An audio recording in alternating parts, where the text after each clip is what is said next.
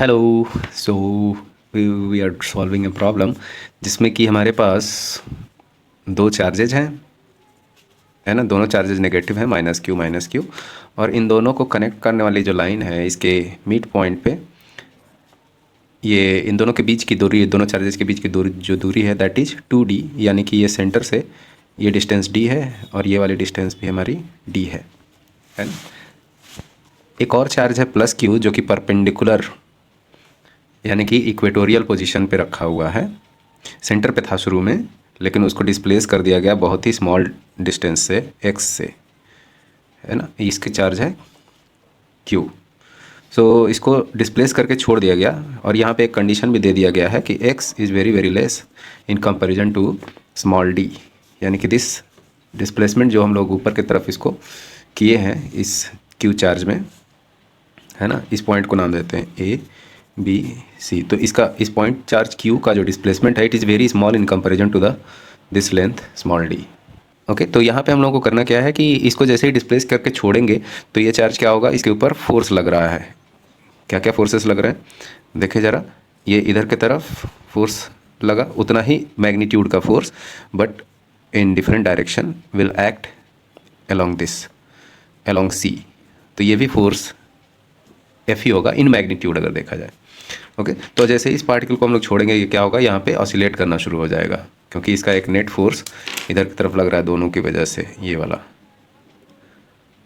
Alright, so due to this F net this particle will oscillate, इधर जाएगा फिर वापस यहाँ तक जाकर रुकेगा, फिर वापस ऐसे ऐसे, जैसे गिटार के स्ट्रिंग कैसे ऐसे ऐसे वाइब्रेट करता है उसी तरीके से वाइब्रेट करेगा। Alright, so this particle will start doing SHM like this. So what do we want, we want to find out the time period of this oscillation, है ना। टाइम पीरियड क्या होगा तो वही हम लोग को निकालना है। ओके, तो कैसे करेंगे, इस एंगल को हम थीटा मान लेते हैं, तो उसी तरीके से ये वाला एंगल भी उतना ही होगा थीटा, है ना। तो अब इस फोर्स को, इधर वाले कंपोनेंट को मैं FBD अलग से बना रहा हूँ, यहाँ पे बना रहा हूँ ताकि क्लैरिटी के साथ समझ में आए। ये हमारा फोर्स है F, ओके, और एक फोर्स उधर की तरफ लगा, ये भी F, ये भी थीटा है और ये भी थीटा है। तो इधर की तरफ नीचे की तरफ जाने वाला जो कंपोनेंट होगा इसका, वो क्या होगा, F cos थीटा, और इसके लिए भी एक और कंपोनेंट आएगा नीचे की तरफ, वो भी F cos थीटा हो जाएगा, ठीक है।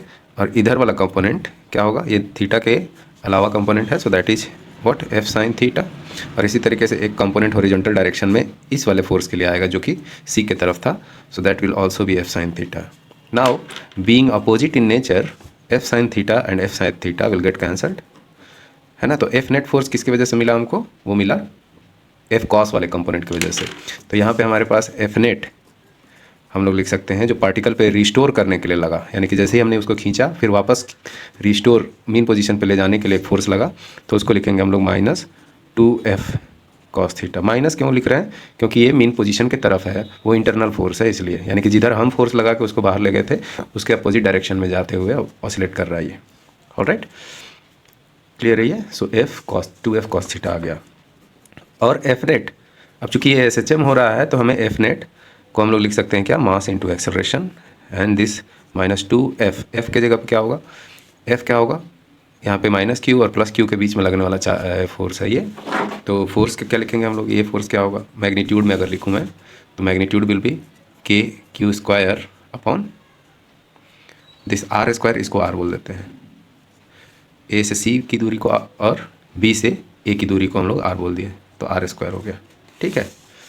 ओके, अब चूंकि x बहुत स्मॉल है तो ये r जो है ना लगभग d के बराबर है। अभी हम लोग लिखेंगे कैसे, या फिर r को हम लोग लिख सकते हैं, देखो। ओके, यहाँ पे पहले लिख लेता हूँ मैं एक स्टेप। सो यहाँ पे KQ² अपॉन R² हो गया। अब cos थीटा ज़रा देखें, इस ट्रायंगल में ABO, इस राइट एंगल ट्रायंगल में ABO में अगर हम लोग देखें तो हमारे पास cos थीटा क्या होगा, cos थीटा होता है बेस अपॉन हाइपोटेनस। तो बेस है हमारा x और हाइपोटेनस है r, तो ये हो जाएगा हमारे पास x अपॉन r। ऑलराइट, तो क्या आ जाएगा हमारे पास further, MA is equal to -2KQ² upon R3।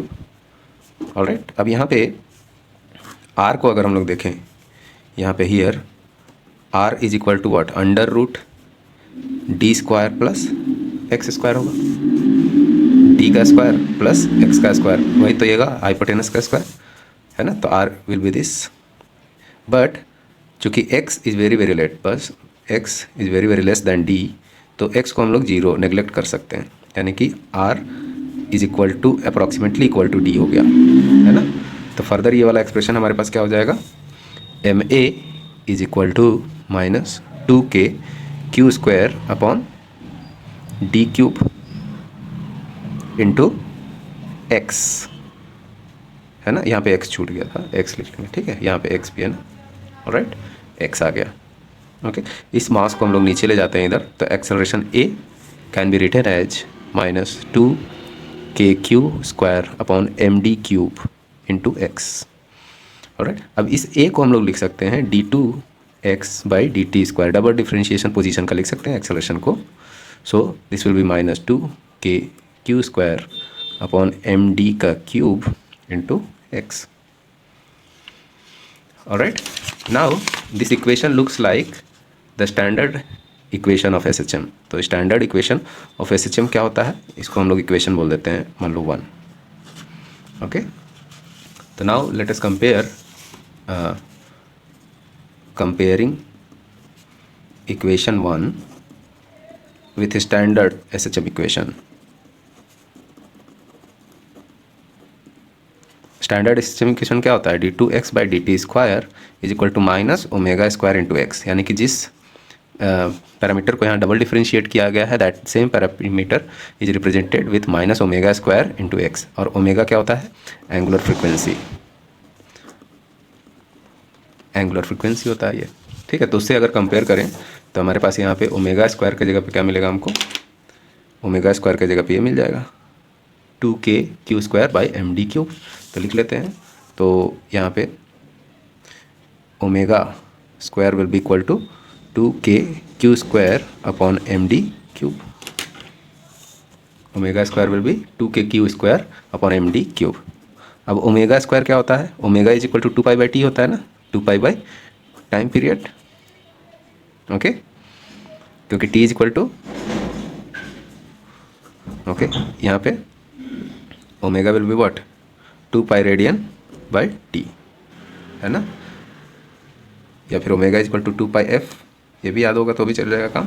So 2 pi T का स्क्वायर हो गया इज इक्वल टू, ये हो गया हमारे पास 2k Q square upon M D cube. अब इसी को सॉल्व कर देना, टाइम पीरियड हमको मिल जाएगा। So what do we get, 4 pi square upon T square is equal to 2k Q square upon M D cube. So इस, हाँ, एम डी क्यूब को हम लोग को इधर लाना पड़ेगा। सो हम लोग क्या पाएंगे, m d 4 pi square m D cube upon 2k Q square and that is equal to T square. Cross multiply कर लिए, एम डी क्यूब को इधर ऊपर और 2k क्यू स्क्वायर को नीचे भेज दिए। अब k का भी वैल्यू हम लोग को रख लेना पड़ेगा, तो रख लेना चाहिए हम लोग को। So let us keep, so 4 pi square m D cube upon 2k का मतलब 1/4 पाई एप्सिलॉन नॉट, और ये हो जाएगा Q square is equal to T square आ गया।